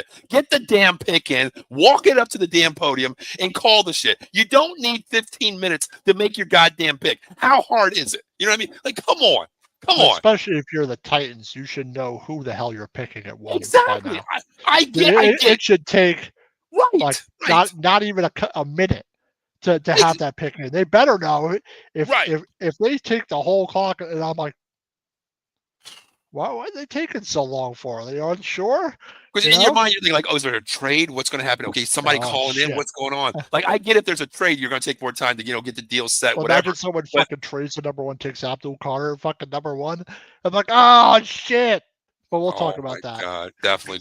Crazy shit like that. Yeah, I can't wait because I know last year I think it was last year, Dan. I broke my table in the other room when I slammed my head down when we took Guyton. Because I was like, what the fuck is this? I think I slammed my head down so hard.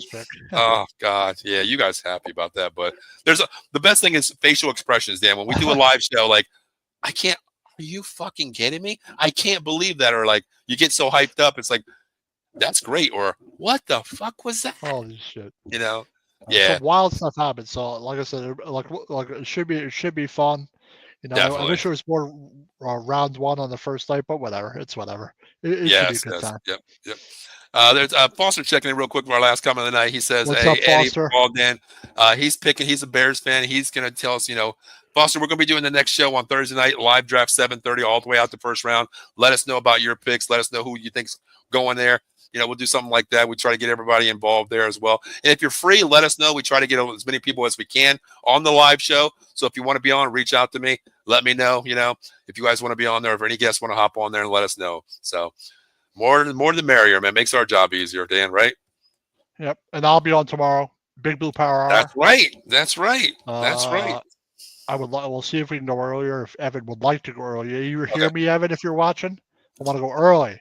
I will be off. I will be off at 8:15, Dan. I have mine inside the Octagon tomorrow from 7 to 8:15. So anytime after that. Yeah, most likely 8:30, but I want to try to go earlier. But Big Blue Power tomorrow. Probably talk about the draft, just old draft stuff, probably since we're a week out. Definitely. And we'll have a stream before then. So. Sounds good. That's all right. I'll be able to talk about my team on Thursday during the draft stream anyway. So, and also during this weekly talk, so I'm not worried about it. Definitely. So, hey guys, appreciate everybody checking in there once again. For myself, Paul, and Dan, make sure you guys have a great Easter as well. And real quick, Larry checking in also, guys. This weekend, if you're a big wrestling fan, we got a collaboration coming up. Part-Time Marks Atomic Drop Saturday at 5:30. They're going to be doing a prediction show as well as a recap show 30 minutes after WrestleMania on Saturday and Sunday. So make sure you check that out. Larry's one of our big hosts on there from the Part-Time Marks. He'll be jumping on with the Atomic Drop. So as we were saying, have a great Thanksgiving to everybody out there. Wish you well. Have a safe and spend time with your family. And if you have kids, man, put a goddamn Easter eggs under the damn thing. Make the kids believe it, man. Dude, listen, that's one of the biggest things to me. Like, you got to believe, man. I'm a big kid. I believe in certain shit. You know what I mean? So, Yeah. My name is Paul Spencer. That guy's a legend right there, Dan Connor. Yep. And we will see you next Thursday night on this show here, the NFL Live Draft at 7:30 to probably 1 in the morning. So we don't know. Until then, we'll see you guys later and have a great weekend.